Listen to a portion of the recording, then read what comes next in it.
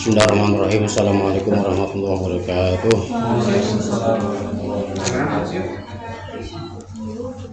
Alhamdulillahilladzi ahallana nikah wa harrama syirka wa anzala ilayhi asyhadu an la ilaha illallah wa la syarika lahu wa asyhadu anna Muhammadan abduhu wa rasuluh. Allahumma shalli wa sallim wa barik ala sayyidina wa habibina wa syafi'ina wa maulana Muhammad wa ala alihi wa sahbihi wa man tabi'ahum bi ihsan. Allah Ta'ala di Kitabil Karim. A'udzubillahi minasyaitonir rajim. Bismillahirrahmanirrahim. Wa ankihul ayyama minkum was-salihina min ibadikum wa imaikum iyakunu fuqara'a yughnihimullahu min fadlihi. Wallahu wasi'un 'alim. Wa qala Rasulullah sallallahu alaihi wasallam khairun nisa'i imra'atun Iza nazarta ilaiha sarratka wa iza amarta atu'atka wa iza ghibta anha hafizatka fi ma dihamat. Yang kami hormati Kepala Kantor Urusan Agama Kecamatan Babakan Madang serta staf dan jajarannya, juga yang kami hormati para rekan-rekan penyuluh agama Islam se-Kecamatan Babakan Madang. Khusus yang ada di depan kita ini Al-Ustaz Zainul Haq. Beliau adalah salah satu pengurus Masjid Az-Zikra. Tahu Az-Zikra? Nah, beliau. Pokoknya kalau sering ke Az-Zikra, insya Allah ketemu beliau ini. Juga para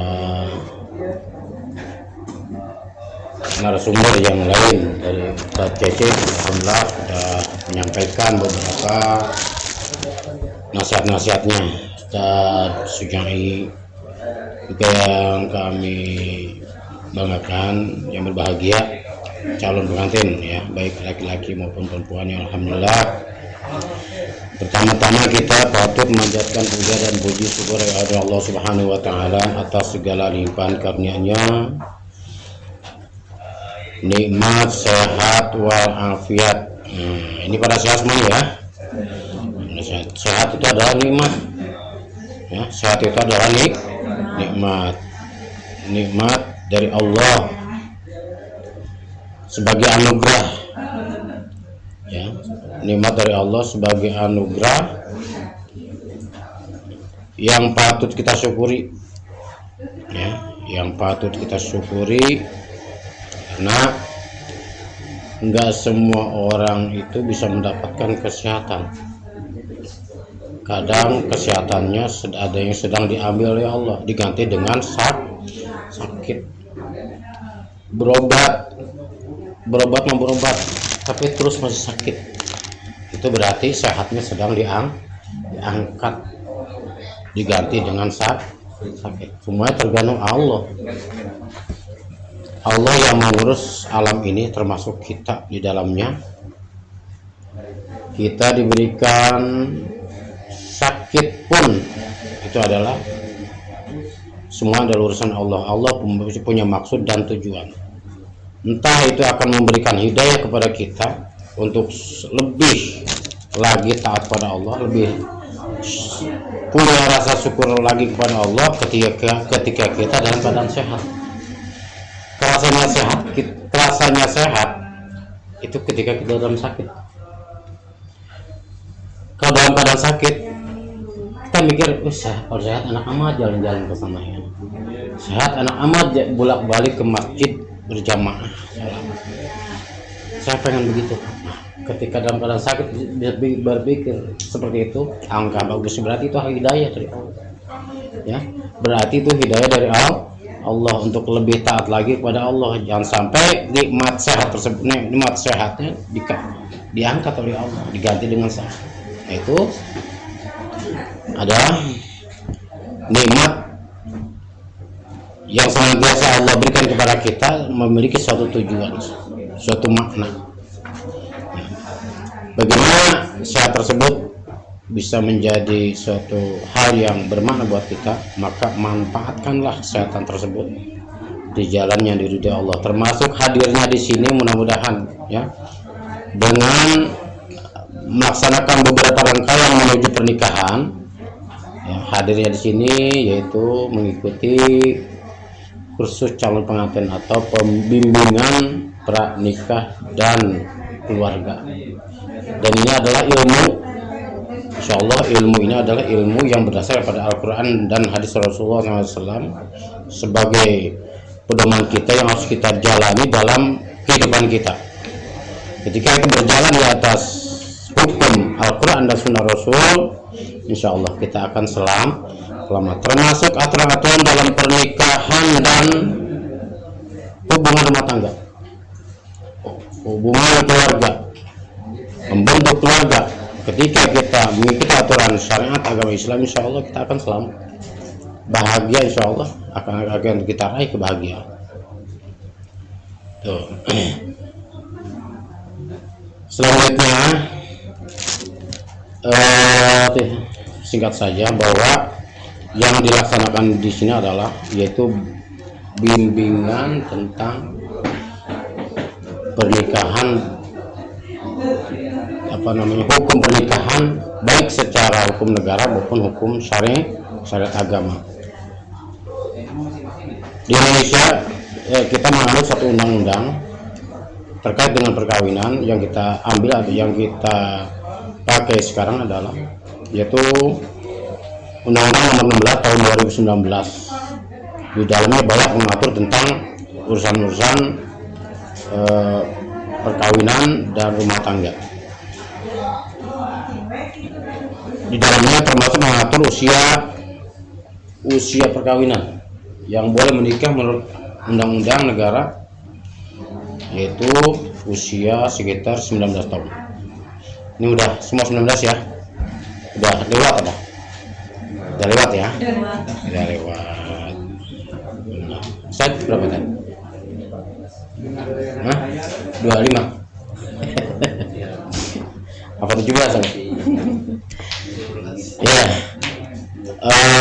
yang dibolehkan pemerintah yang masuk ke dalam syarat diperbolehkan menikah yaitu usia 19 tahun. Ketika kurang maka harus ada proses yang harus dilalui lagi, ya, izin-izin yang harus dilalui, yaitu secara hukum negara. Kemudian yang kedua adalah hukum syariat agama, hukum Islam. Karena nikah itu adalah ibadah, maka pelaksanaannya pun harus sesuai dengan aturan-aturan ibadah. Jangan sampai nikah ibadah tapi di dalamnya banyak melanggar aturan ibadah syariat. Langsung saja bahwa dalam pernikahan itu ada yang namanya syarat, ada yang namanya rukun.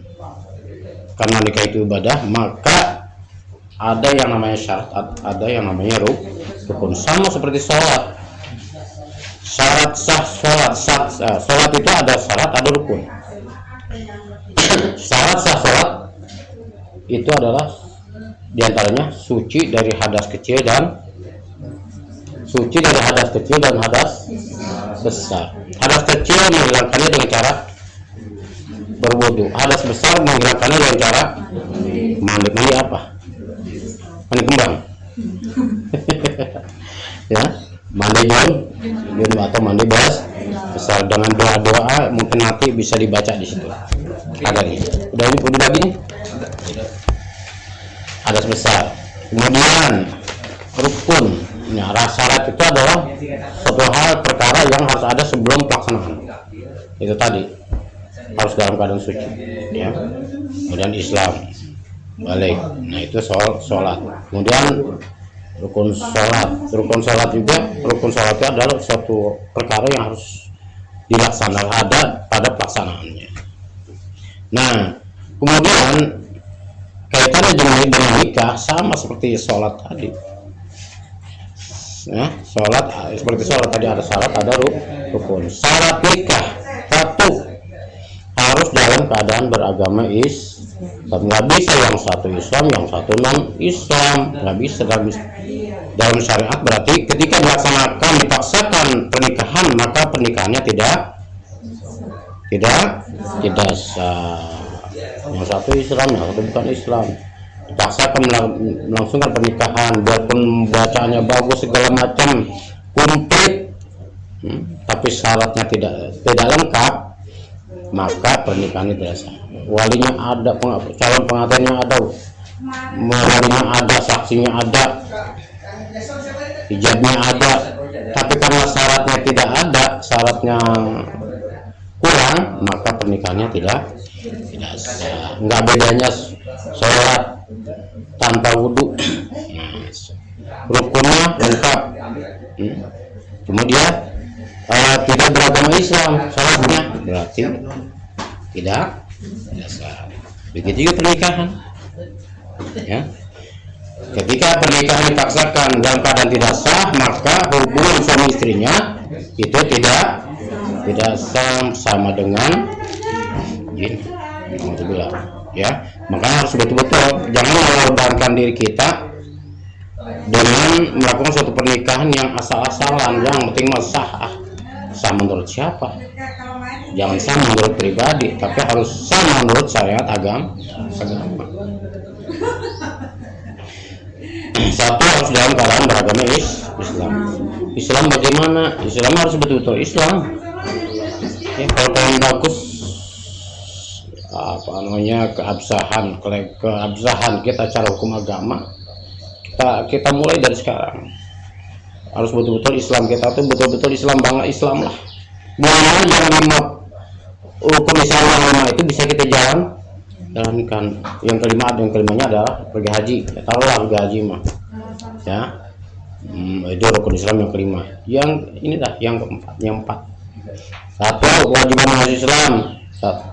Rukun Islam pertama syahadat. 2, sholat. 3, puasa. 4, zakat. Yang kelima pergi haji. Tahu yang kelima mah itu tergantung dari keadaan.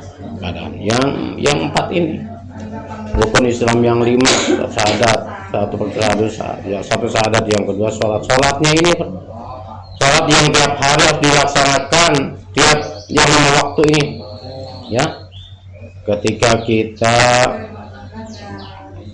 menginginkan, punya cita-cita mengidam-idamkan keluarga yang sakinah, mawaddah, warahmah, membentuk satu perkawinan, membentuk satu keluarga melalui pernikahan, perkawinan, harus diawali dari diri kita. Kita pengen punya keluarga yang solehah, bukan keluarga yang awet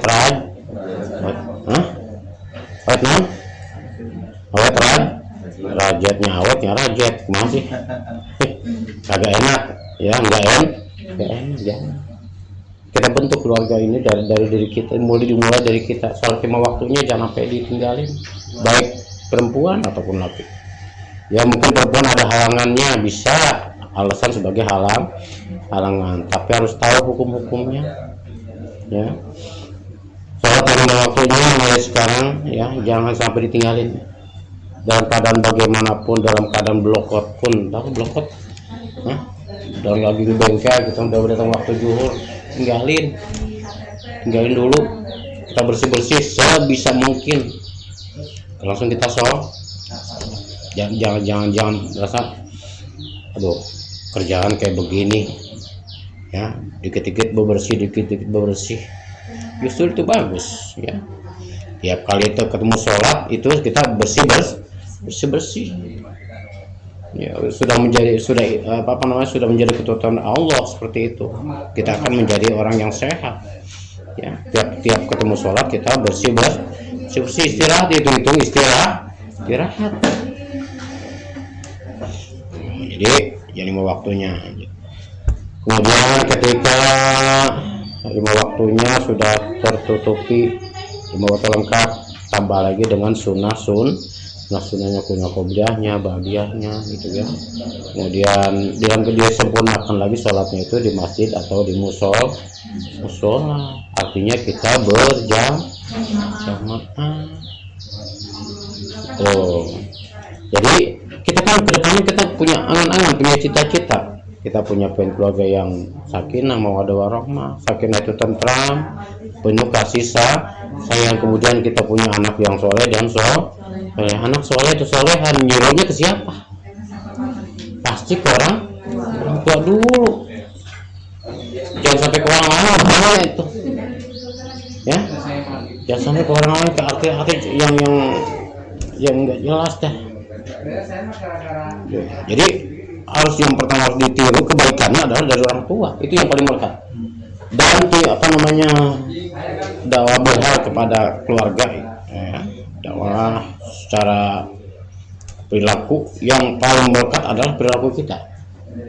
Kita kelihatan oleh anak tiap waktu jalan ke musola, ke masjid, untuk melaksanakan sholat, itu aja sudah menjadi didikan tanpa kita harus nyuruh. Kita rutin kelihatan anak-anak yang berangkat siap-siap pakai ya wudu, samping rapi-rapi lah ke masjid, berangkat tiap 5 waktu. Kelihatan sama anak itu adalah didikan yang paling melekat itu, tanpa harus kita ngomong. Apalagi usia-usia misalnya usia ya 5 tahun ke bawah, ya anak itu sudah hidung kalau bahasa ya, hidung artinya sudah memahami, oh mau ke masjid. Itu yang suatu teladan yang paling melekat. Nah, ketika perilaku baik kita seperti ibadah kita yang sering kita melakukan ya sholat berjamaah di masjid ditiru oleh anak, maka itu adalah satu didikan yang keberhasilan kita terhadap pendidikan anak dalam hal ibadah. Tiru, berikan tiruan mereka yang baik-baik, dimulai dari diri kita, terutama laki-laki mah sholatnya ya harus berjamaah dan di masjid. Jangan malu-malu, mulai dari sekarang. Jangan takut ditumbenin, kalau bahasanya tumben, no. Kalau bahasa sini tumben juga ya, sama ya, tumben sinarian ke masjid nih. Kamar itu mas ada kepanggil kemarin gitu. Besok-besoknya mah enggak bilang tumben, sekali aja tumben sinarian, tumben ke masjid, sekali doang, jangan takut, demi untuk kebaikan diri kita, istri kita, dan anak keturunan kita gitu ya. Kalau dari kita masih apa dari waktunya kira-kira gimana, masih ada yang masih banyak ninggalin apa enggak nih? Masih.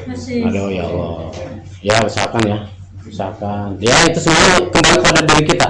Ketika kita berusaha untuk baik di hadapan Allah, jangan di hadapan manusia dulu, di hadapan Allah aja, cukup Allah yang tahu, di hadapan Allah aja berusaha, insya Allah segala kebaikan itu akan turun kepada kita ya, kita, suami kita ya, anak-anak kita nanti ya. Jadi mau waktunya jauh itu semuanya kita yang mulai ya, sholat 5 waktu. Kemudian ketika bacaan Al-Qur'annya belum lancar, belajar lagi sama guru yang dulu pernah kita ngajarin kita. Belajar lagi, soal kalian izin, mohon doanya saya mau nikah tanggal sekian. Kita doanya kepada guru kita yang dulu pernah ngajarin Al-Qur'an, ngajarin sholat ya, izin sekali minta doanya ya, tuh minta ajarin lagi supaya lebih baik lagi dan bisa mengajarkan kepada anak keturunan kita. Tuh contoh yang paling utama anak itu adalah orang tua. Nah, kemudian yang syarat yang keduanya tadi apa tadi, Islamnya. Kemudian yang syarat yang kedua, syarat nikah yang kedua adalah baligh. Nah, ini kira-kira kalau baligh itu masih baik teh? Hah?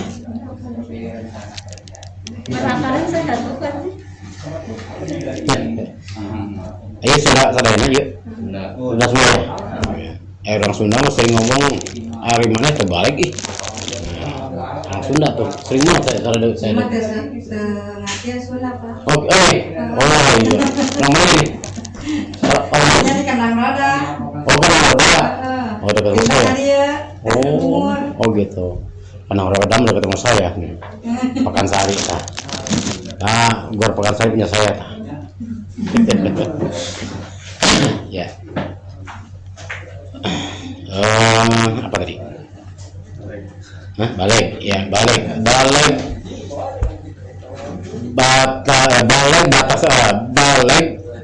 maksimal adalah usia 15 tahun, baik laki-laki ataupun perempuan. Baliknya balik masa khamsa asyara tamamu khamsa asyara sanatan, sempurna 15 tahun, baik laki-laki ataupun perempuan. Namun pada kenyataannya antara balik antar perempuan pun beda-beda, tergantung dari masa dia mendapatkan menstruasinya. Ya, menstruasi perempuan wanita paling muda berapa tahun? 9 tahun. Ya, 9 tahun ya. 9 tahun. Ada juga ya, pernah juga saya dengar ada yang 8 tahun. Maka ketika si wanita tersebut mendapatkan haid, maka wanita tersebut adalah sudah menjadi orang yang mukallaf. Artinya orang yang sudah balik, jatuh usia balik. Apa itu balik teh? Balik itu adalah orang yang sudah terkena berkewajiban menjalankan hukum-hukum Allah.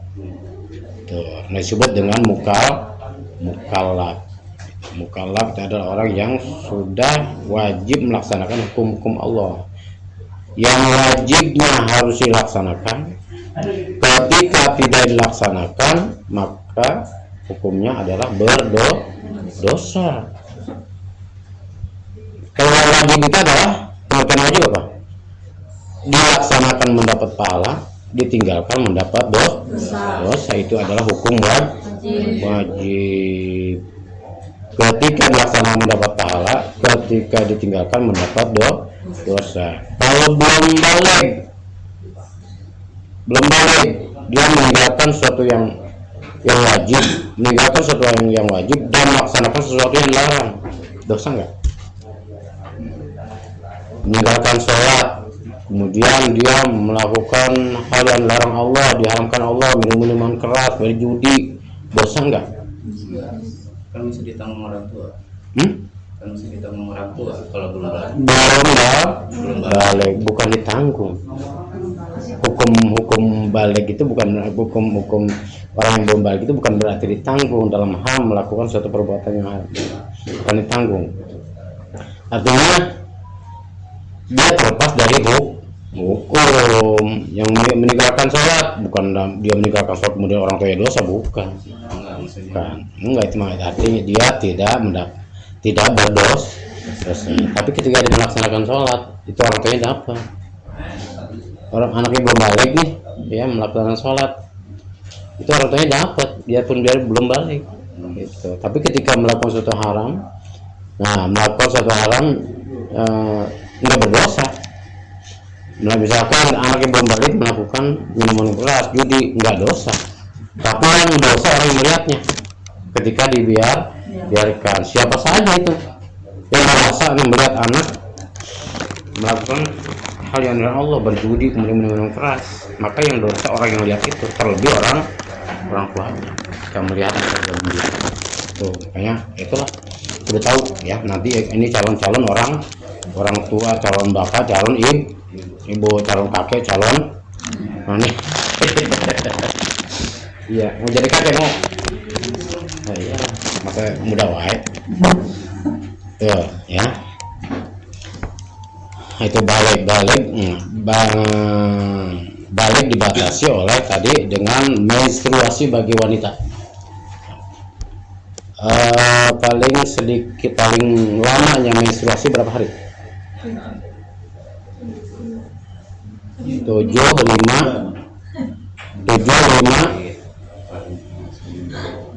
seminggu. Hah? Minggu.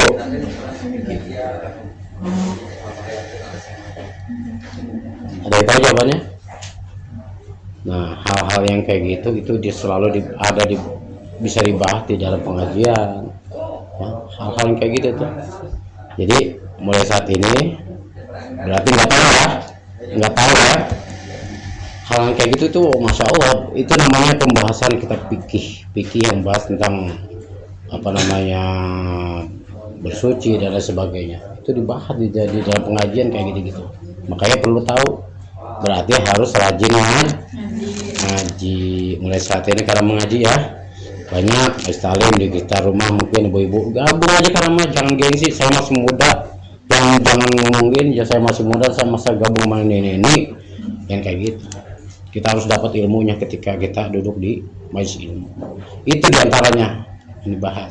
Itu nggak tahu kan dia paling sedikitnya berapa, paling lamanya berapa, itu dibahas. Ya gitu ya, dimana kayak gitu. Paling lamanya menstruasi bagi wanita pasti ya, men. Paling lama menstruasi bagi wanita adalah 15 hari. Oh gitu ya. Oh, berarti saya kudu ngaji ini mah. Kudu sering hadir ngaji. Ya, paling lamanya menstruasi bagi wanita itu adalah 15 hari.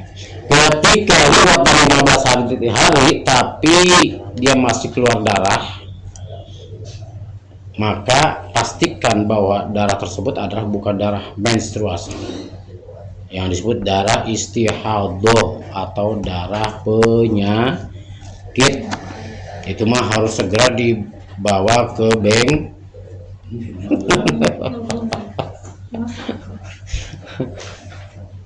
ya, dibawa ke konsultasikan ke dokter wanita lah, kewanitaan ya, dokter kewanitaan. Menstruasinya lebih dari 15 hari masih keluar darah, itu harus konsultasi ke dokter. Dan tadi menstruasi dari hari pertama sampai ke 15 hari itu nggak sholat ya, tapi kalau lebih dari 15 hari masih tetap keluar darah, dan tadi disebut dengan darah apa,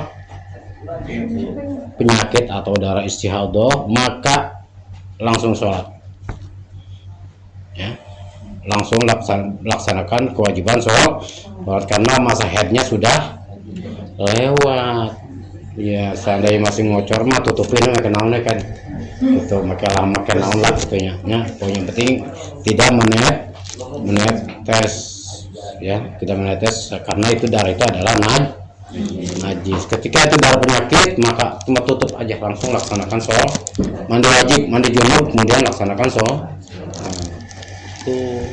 Jadi bertahu ya, jadi perlunya ngaji ya Neng ya, ngaji itu ada dekat masjid nggak, masjid atau musola atau apa yang melakukan pengajian dekatnya?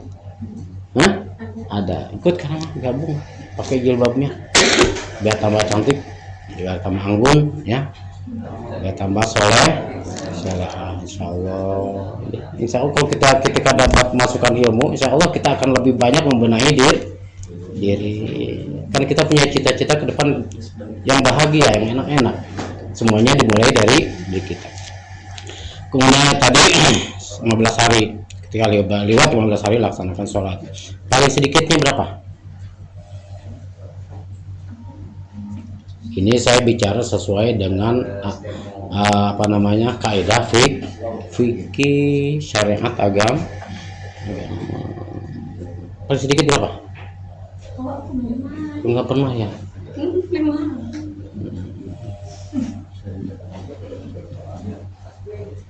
Mungkin laki-laki ada yang pernah ikut ngaji atau pesantren? Belum ya. Hal-hal kayak gitu, masya Allah, di dalam sampai ke situ, sampai hal-hal keperempuanan, kewanitaan itu dibahas, dalam-dalamnya dibahas. Jadi kita paham. Jadi harus betul-betul terbuka nih. Ketika menjadi suami istri, ya harus betul-betul terbuka ya. Tuan lagi head, ya bilang aja lagi head. Ketika udah suci mandi, udah bilang aja jujur apa adanya. Jangan sampai karena segennya melayani suami, kemudian alasan lagi ada dan sebagainya. Oke. Harus jujur. Tuh, paling sedikitnya haid wanita adalah tadi berapa? Ada yang jawab? Nggak ada ya? Apa tuh?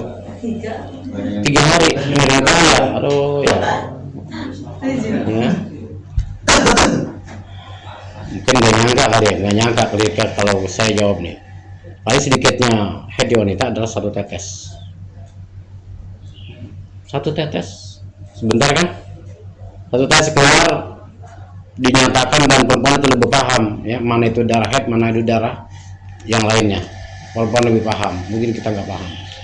Ini darah head, kok nggak keluar lagi, berarti mandi langsung laksanakan sholat. Ketika jam 10 netes darah head, oh darah head ya, keluar kan, terus menjelang zuhur nggak keluar lagi, asar mandi junub langsung laksanakan sholat. Gitu. Paham ya? Itu kalau ngaji itu begitu, jangan dibahas kayak gitu. Gimana pilih? 12 ya? 11 ya. Masih banyak yang saya harus sampaikan sebetulnya. Waktu terbatas, makanya kurang-kurangnya karena rajin-rajin ngaji aja. Ya, itu isinya itu. Isi yang saya sampaikan ketika ada waktu yang dibahas itu yang ada dalam pengajian Mustahil ya, itu terkait dengan fikih-fikihnya, tauhidnya kayak gitu ya. Mulai sekarang ya, siap ya? Ya, karena ya yang membentuk ke depan diri kita itu siapa lagi? Diri kita, keluarga kita, anak kita, siapa lagi? Bukan kita, dari kita ya. Ini udah dibacain sama-sama belum? Belum ya. Kita baca sama-sama. Di sini ada doa. Ada doa yang di atasnya adalah doa bersubuh ya, ketika sudah menjadi suami istri. Baca doanya ya. Karena ini penting sekali, segala sesuatu itu harus berdoa ya. Karena doa ini adalah doa kita mohon perlindungan Allah. Ayo enggak. Doa mohon perlindungan kepada Allah dari gangguan setan. Karena kita tahu setan itu adalah mengajak kepada suatu keburukan dan kesengsaraan, permusuhan dan sebagainya. Nah, kenapa kita mohon perlindungan Allah dari gangguan setan? Karena setan itu adalah makhluk yang bisa berjalan di aliran darah kita, termasuk dengerin ya, karena setan itu adalah makhluk yang bisa berjalan di aliran darah kita, termasuk sperma yang kita salurkan kepada istri kita. Ketika di situ setan gabung ikut di situ, maka jangan salahkan ketika anak itu memiliki suatu perilaku yang seperti kalau kita nggak mohon perlindungan dari Allah, kayak baca ya, dibuka. Bismillahirrahmanirrahim. Baca sama-sama. Bismillahirrahmanirrahim. Bismillahi.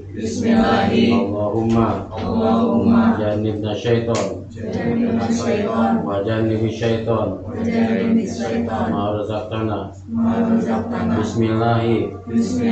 Allahumma jannibna syaiton wa jannibi syaiton ma razaqtana.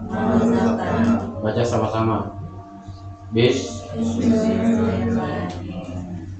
Allahumma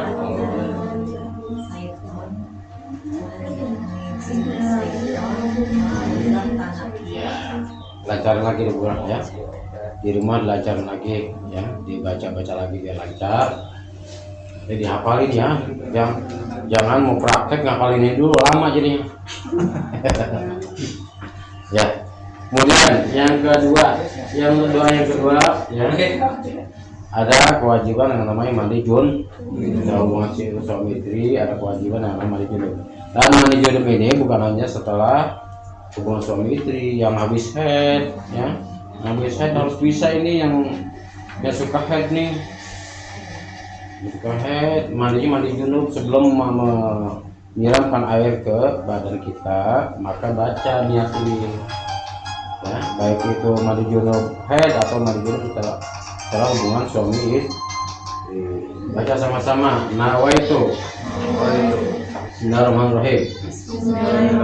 Nawaitu raf'al hadasil akbar min jamil badani Alhamdulillah ta'ala Nawaitu rok'ah Madasil akbar Anjamil badani Alhamdulillah ta'ala Baca sama-sama Nawaitu